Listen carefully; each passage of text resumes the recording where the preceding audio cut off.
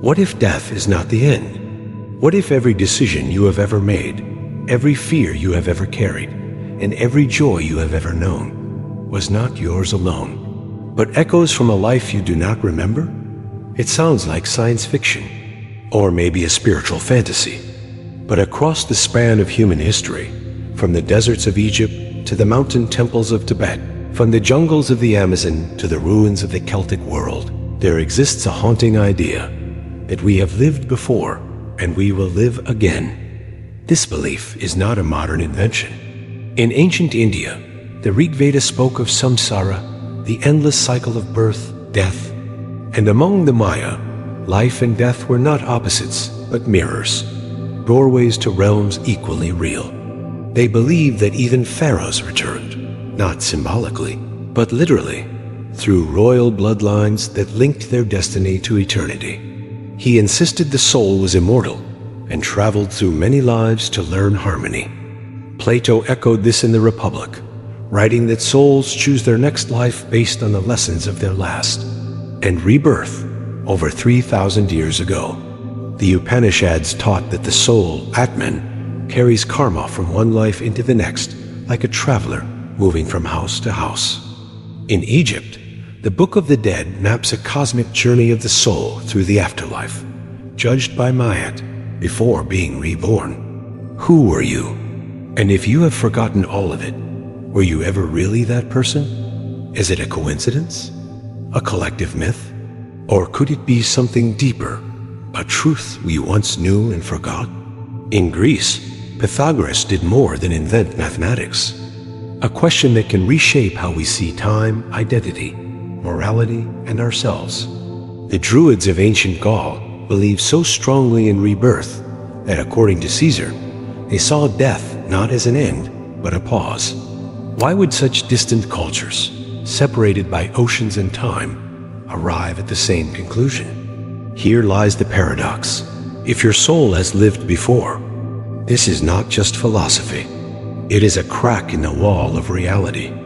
So before you dismiss the idea of reincarnation, ask yourself this: why does it feel so familiar? And before we open that door, if this type of deep exploration speaks to you, ancient wisdom, spiritual mystery, forbidden history, make sure to like this video, subscribe, and turn on notifications. It helps this knowledge reach more seekers like you. Let us walk this path together.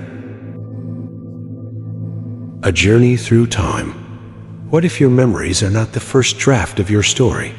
What if the déjà vu you feel, the strange dreams that come out of nowhere, the fears you cannot explain, are not accidents, but echoes of a life you have already lived?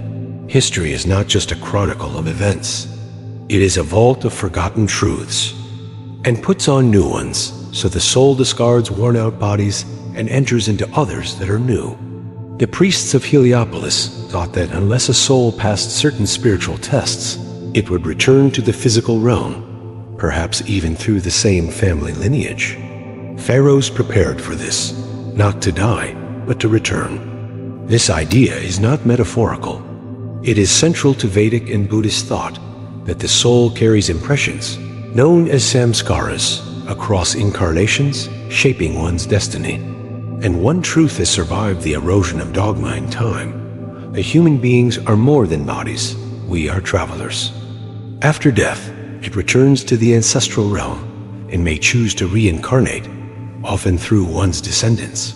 Shrines and rituals are designed to honor this cycle.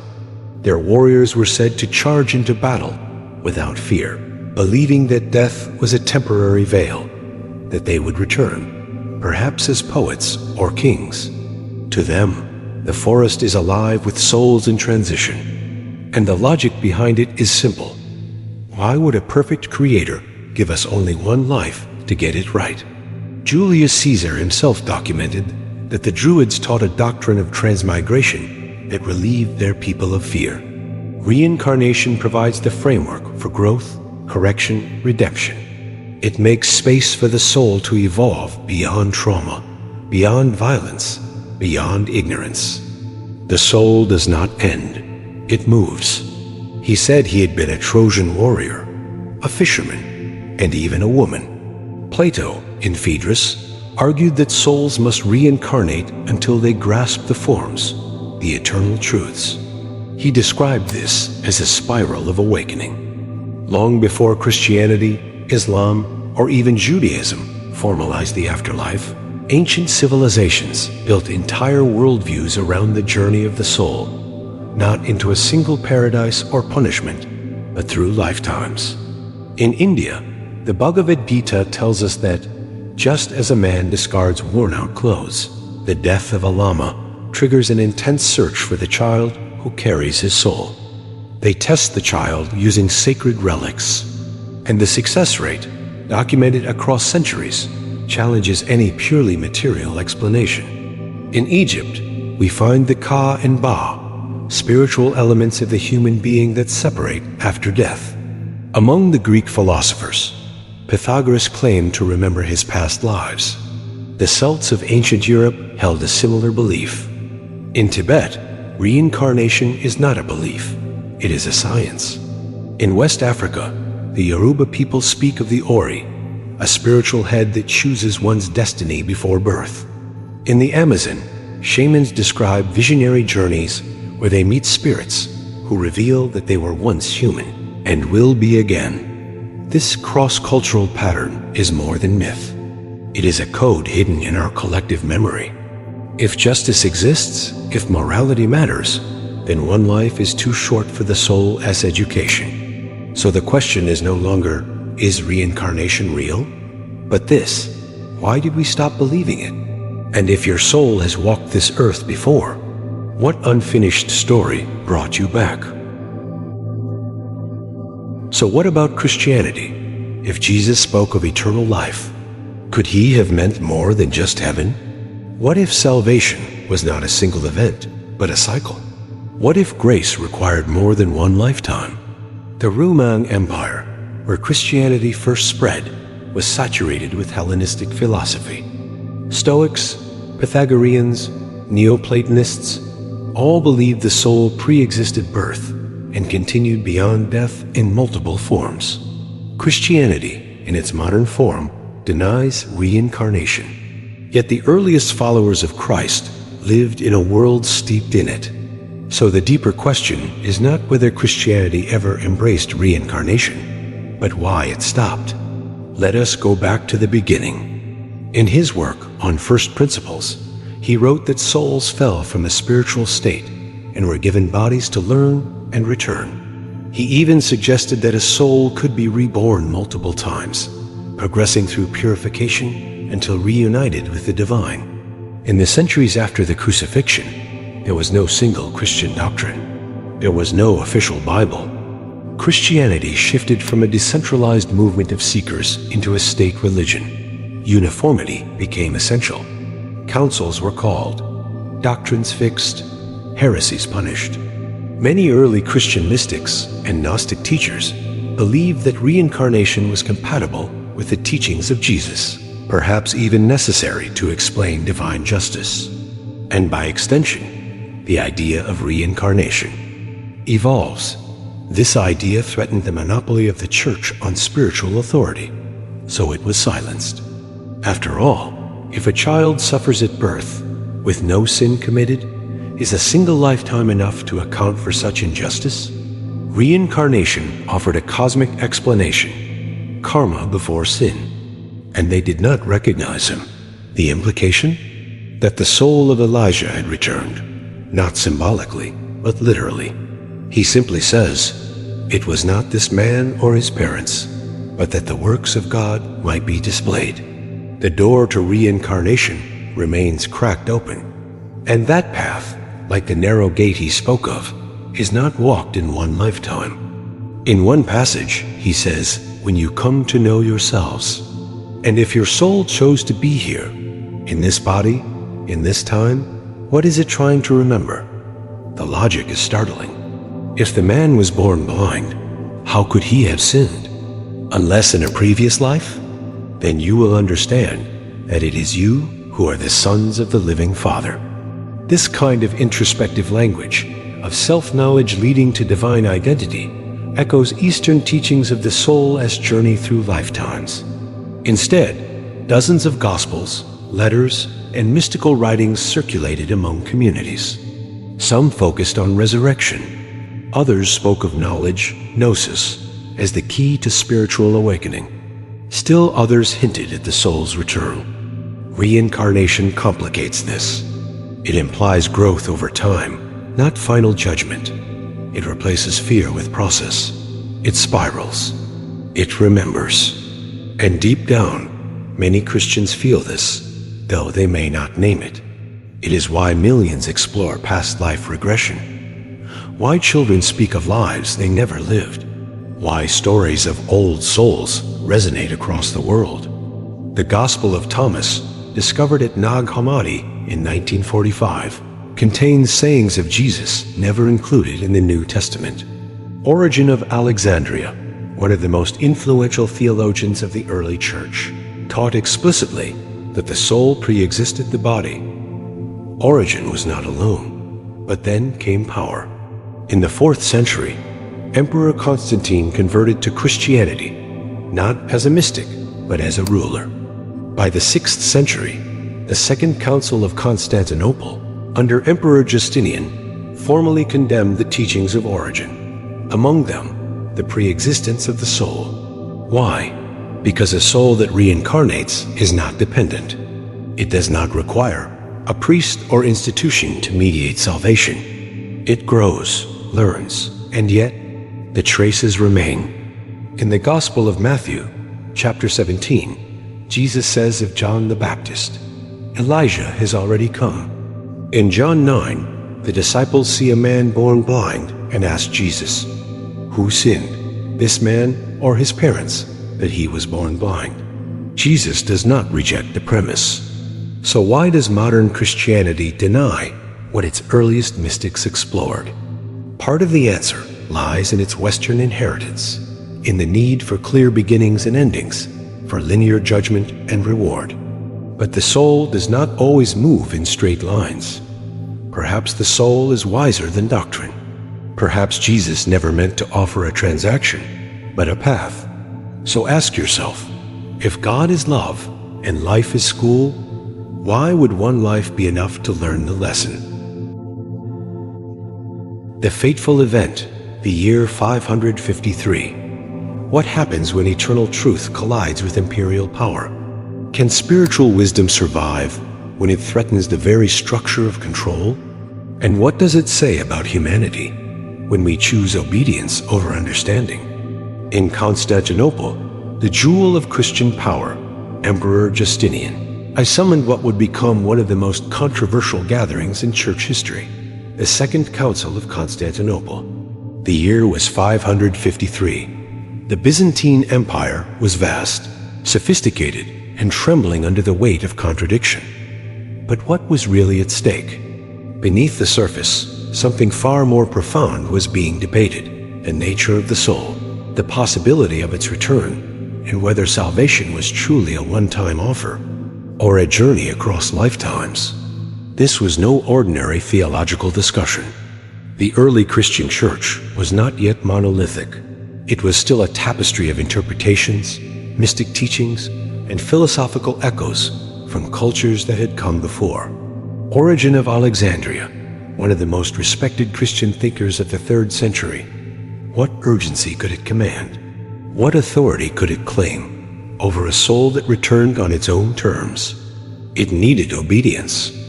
Alongside his powerful wife Theodora, whose personal past and ambition shaped the tone of the empire, he moved to erase the idea from Christian thought.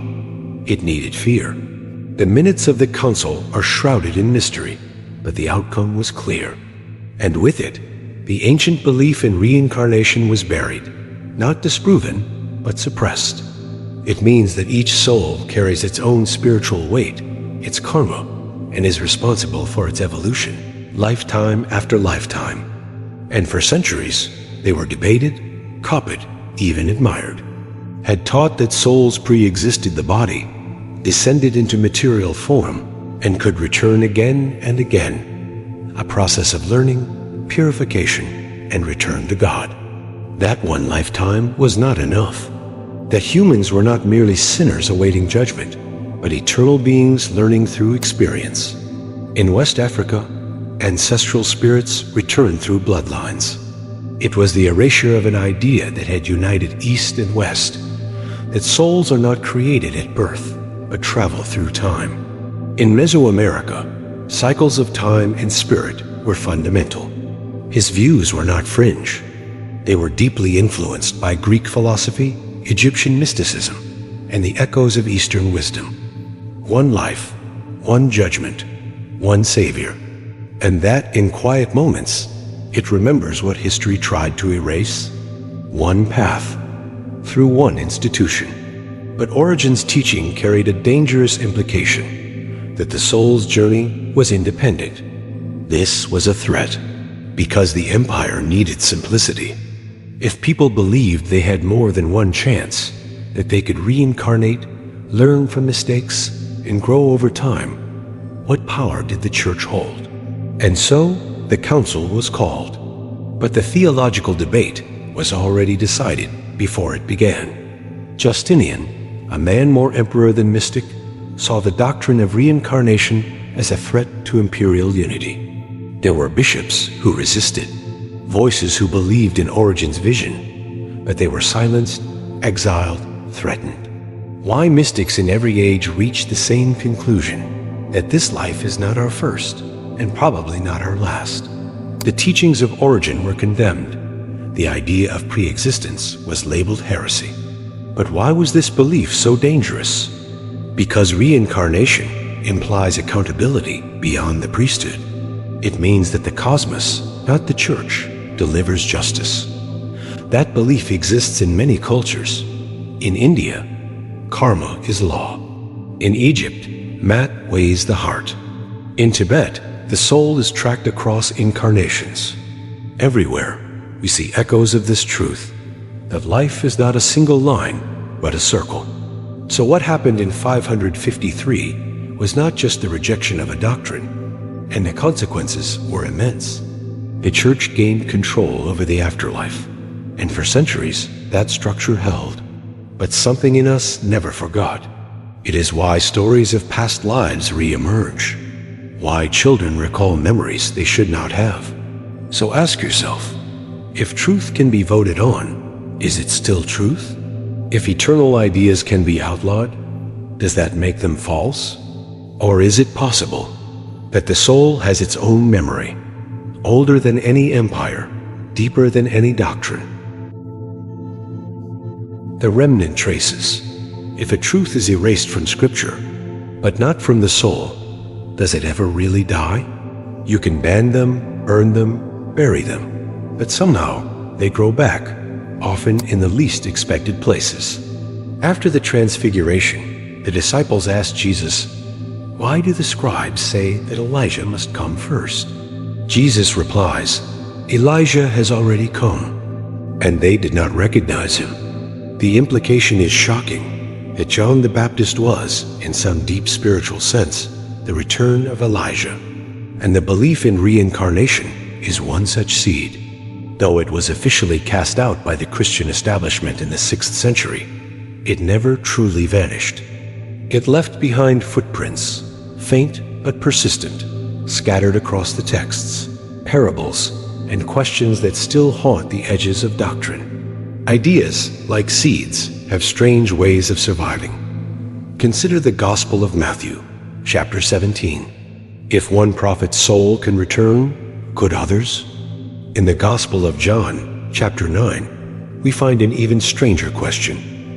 Jesus and his disciples pass a man born blind. The disciples ask, "Rabbi, who sinned, this man or his parents, that he was born blind?" The Gospel of Thomas speaks in riddles and paradoxes, echoing Eastern ideas of awakening through direct knowledge of the self. The soul is not condemned, but invited to remember. His writings were condemned, yet they spread like wildfire among those who sensed that eternity was not a courtroom, but a classroom. In Jainism, the soul's journey is mapped across billions of years. The Hopi spoke of Bahana, the soul that returns to complete what was left undone. In Africa, the Igbo and Yoruba held elaborate rituals to recognize ancestors reborn in grandchildren. In Taoism, rebirth is part of the natural order, like the changing of seasons. These traditions kept the knowledge alive, but they were not isolated. He simply answers that it was neither the man nor his parents, but that the works of God might be displayed. Read it again. This man sinned before he was born? They do, in texts, in cultures, in dreams, in research. In you. How could such a question make sense, unless reincarnation was, at least conceptually, on their minds? Jesus does not ridicule the question. He does not correct their assumption. He leaves the door open. And perhaps the soul itself is the ultimate witness, remembering what history tried to make us forget. It lives in you. It is the feeling that you have been here before, not just on the street, but in life itself. And that door has never been fully closed. He refers to the ways of rebirth and the punishments that await unpurified souls in subsequent lives. Researchers like Ian Stevenson documented hundreds of cases where children recalled past lives with verifiable details. Therapists like Brian Weiss and Michael Newton have recorded profound healing in patients through past life regression, memories that shift phobias, unblock traumas, and reveal deep patterns. It reads more like a Tibetan Bardo Thodol than a Western catechism. Early Christian sects, now branded heretical, preserved versions of Christ's teachings that focused on the inner journey, not just salvation, but transformation. In the Pistis Sophia, a Gnostic text that survived annihilation, Jesus speaks openly of the soul as descent, purification, and return through multiple cycles. These are not coincidences. They are fragments of a worldview, once woven into the spiritual fabric of the ancient world, a worldview violently unraveled by political consolidation. But even after suppression, whispers of the old teachings lingered. Medieval Christian mystics, such as Meister Eckhart, spoke of the eternal soul, its detachment from linear time, and its need to experience God not through fear, but through unity. In the East, such suppression never occurred. In Hinduism and Buddhism, reincarnation remained central. In the Americas, long before colonization, the Aztecs believed in tonali, an essence that could pass through generations. In Norse belief, the concept of Haminja, a personal spiritual essence, was said to pass from one generation to another, shaping luck, fate, and character. The same echoes return again and again, but perhaps the most persistent remnant of all is personal. It is the unexplainable pull to certain places, the irrational fears with no origin, the skills you never learned but somehow remember. And today, even modern science is beginning to listen. So the question is no longer whether these traces exist. The real question is this: what happens when we stop ignoring them? Because the truth, no matter how deeply buried, leaves fingerprints on time. Reincarnation across civilizations, strange patterns, same mystery. If your soul remembers something the mind cannot, how would you know? What if the strangest part of your life is not your pain or your joy, but the feeling that none of it is new, that everything, in some way, has happened before? And again, that life does not begin at birth, nor end at death. The Bhagavad Gita, a text older than the Roman Empire, describes the soul as eternal. It is not born, it does not die. As a man sheds worn-out garments and puts on new ones, so does the soul cast off its body and enter another. That the soul returns, that we are part of a cosmic rhythm, not a one-time story. In Jain cosmology, a soul may take millions of lifetimes, through plants, animals, humans, even gods, before liberation. This is not metaphor. It is cosmic law. Plato, in Phaedrus and Timaeus, described the soul's descent into material form and its need to reincarnate until it recollected the divine. When a lama dies, monks search for signs.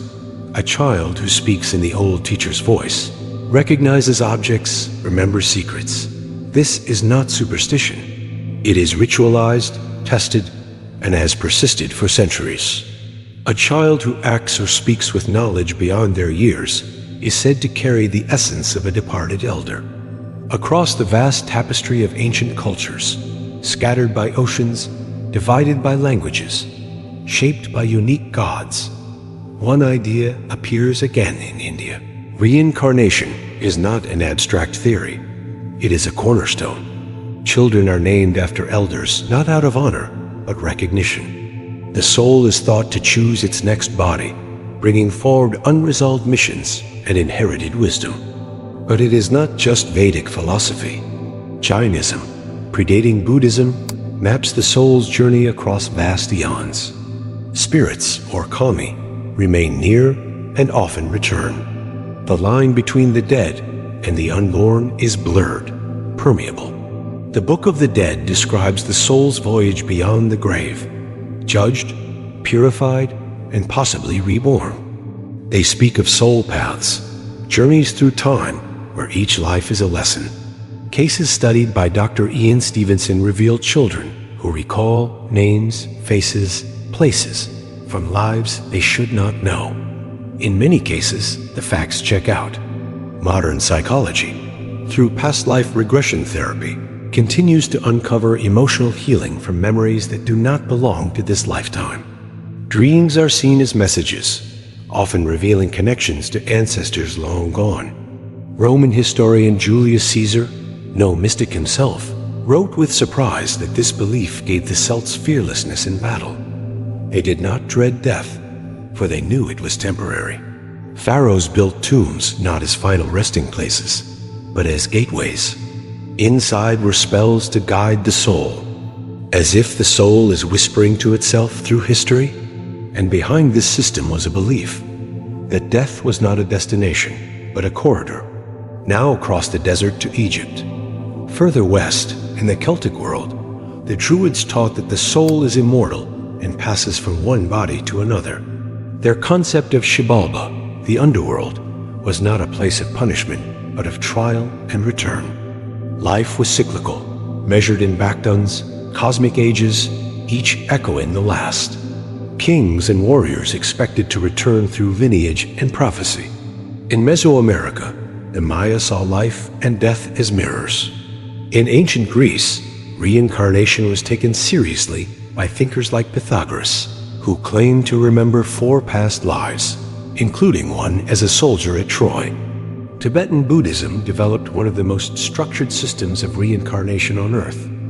In West Africa, the Yoruba believe in a Tunwa, the rebirth of ancestors within the family. Among the Inuit, shamanic traditions speak of soul traveling, not only during dreams, but across lifetimes. Among Native American tribes like the Hopi and the Lakota, similar ideas take form. In Japan, the Buddhist notion of Rin blends with Shinto ancestral reverence. Even in Norse tradition, a belief existed in the Hamingja, a kind of luck spirit or soul essence passed from one generation to the next, not through genetics, but spiritual inheritance. How is this possible? How could cultures with no contact, on separate continents, divided by centuries, arrive at the same pattern? It defies coincidence. Perhaps, as Carl Jung suggested, there exists a collective unconscious, a shared psychic reservoir. But what if the truth is even deeper? What if these cultures were not remembering myths, but memories? What if the soul, like the ocean, leaves behind tides that civilizations merely interpret in different languages? Today, science brushes against the edge of this mystery. So ask yourself, why does this idea, erased, ridiculed, forgotten, refuse to die? Why do the same symbols, stories, and signs rise from every corner of the earth? Maybe reincarnation is not a belief. Maybe it is a remembering, and perhaps you are not reading this by accident.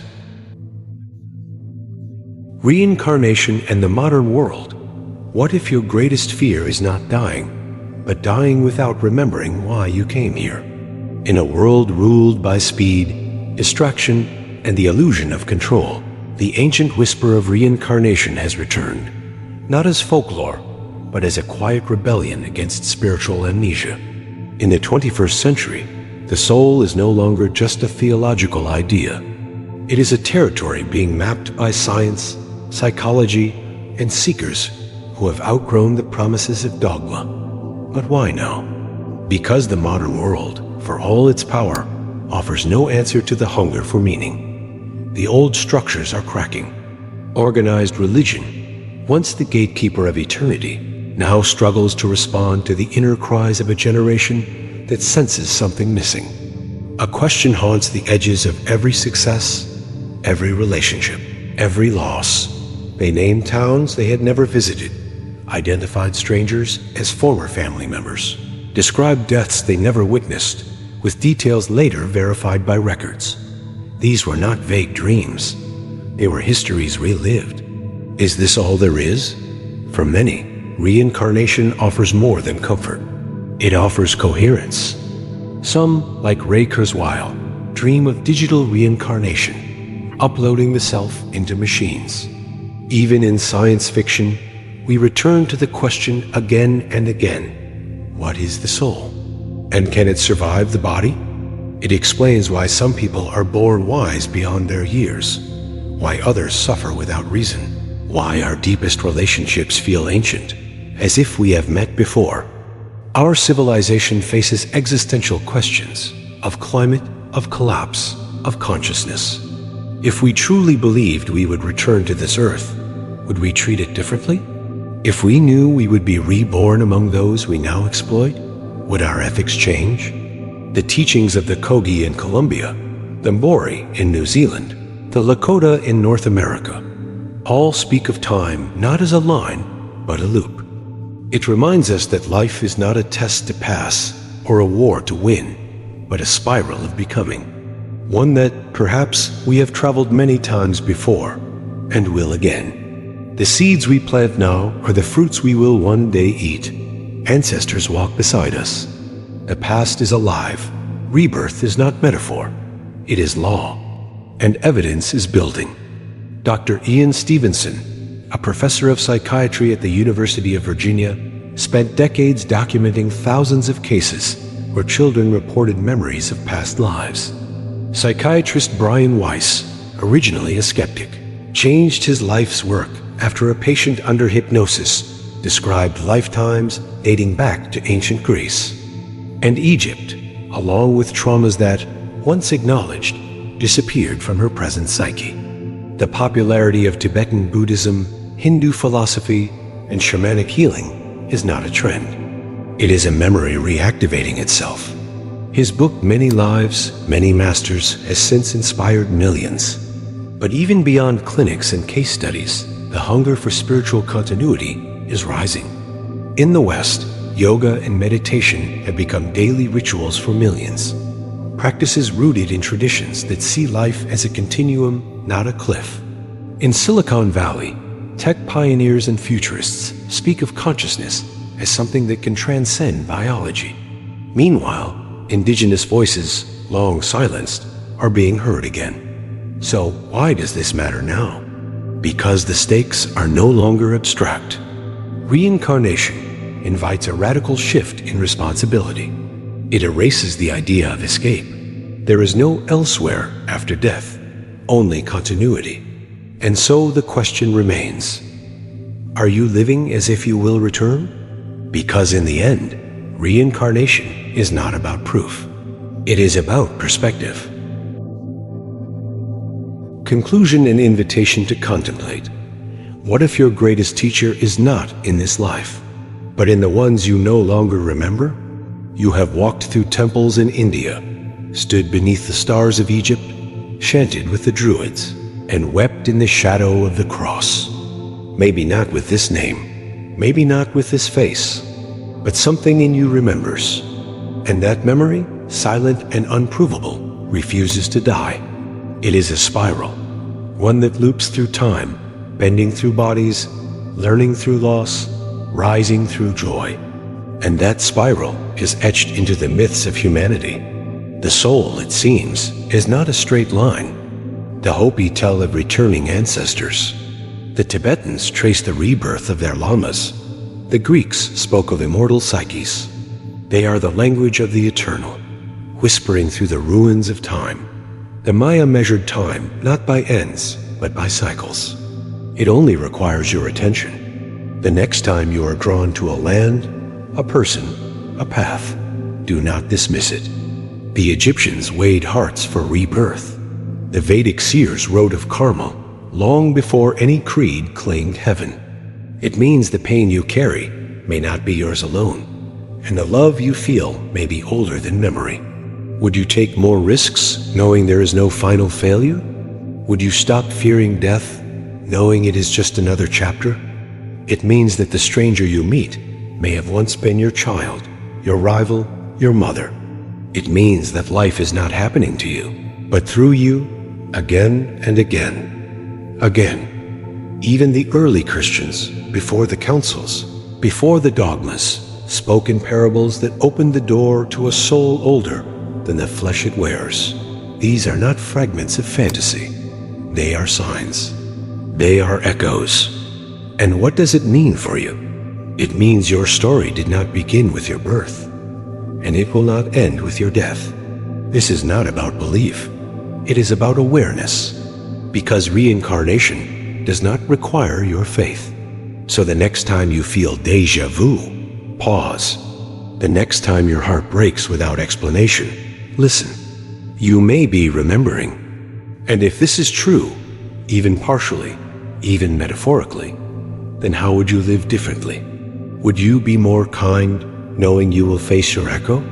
This is the invitation, not to accept, not to reject, but to wonder. Because if the soul does return, then perhaps what matters most is not where we go when we die, but who we become while we live.